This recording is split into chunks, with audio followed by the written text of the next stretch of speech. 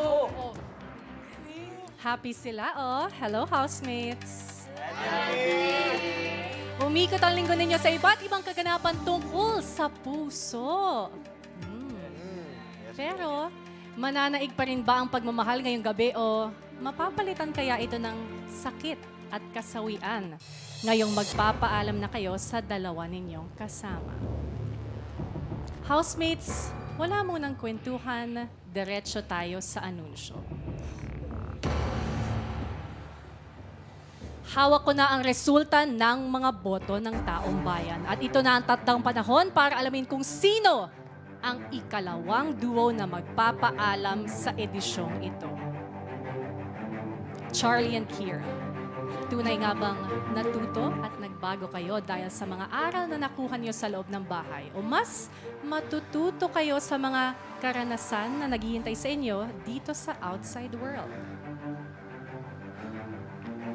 Michael and River, ang inyong kakayahan nga kaya sa pamumuno ang muling magsasalba sa inyo mula sa botohan? O mas ginusto na lang ba ng taong bayan na pamunuan nyo ang inyong magiging tadhana dito sa labas?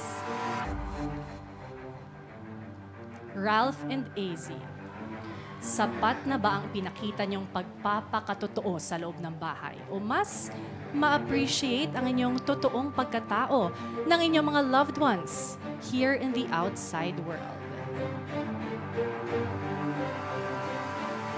Housemates, ang mga pangalan na una kong babanggitin ay ang unang duo na ligtas ngayong gabi. Your duo is safe tonight.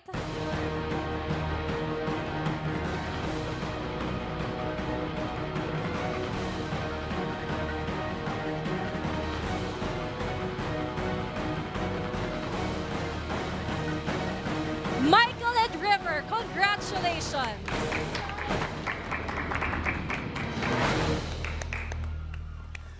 Ibig sabihin sa inyo, Charlie and Kira, Ralph and AZ, manggagaling ang ating evictees ngayong gabi. Kaya naman sa puntong ito, it's time, kinakailangan nyo nang magpaalam sa inyong mga kasama dahil matapos kayong magharap sa eviction room, dalawa na lang ang makakabalik.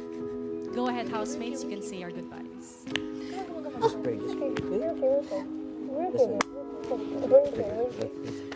Love you, Michael. I told you. Love you.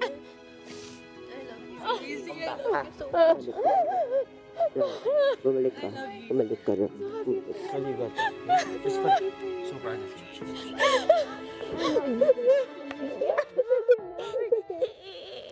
Love you, Michael. Open lang. Open lang. Love you.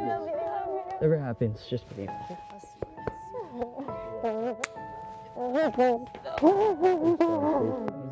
It's okay. We have the outside world, if ever, and I know you.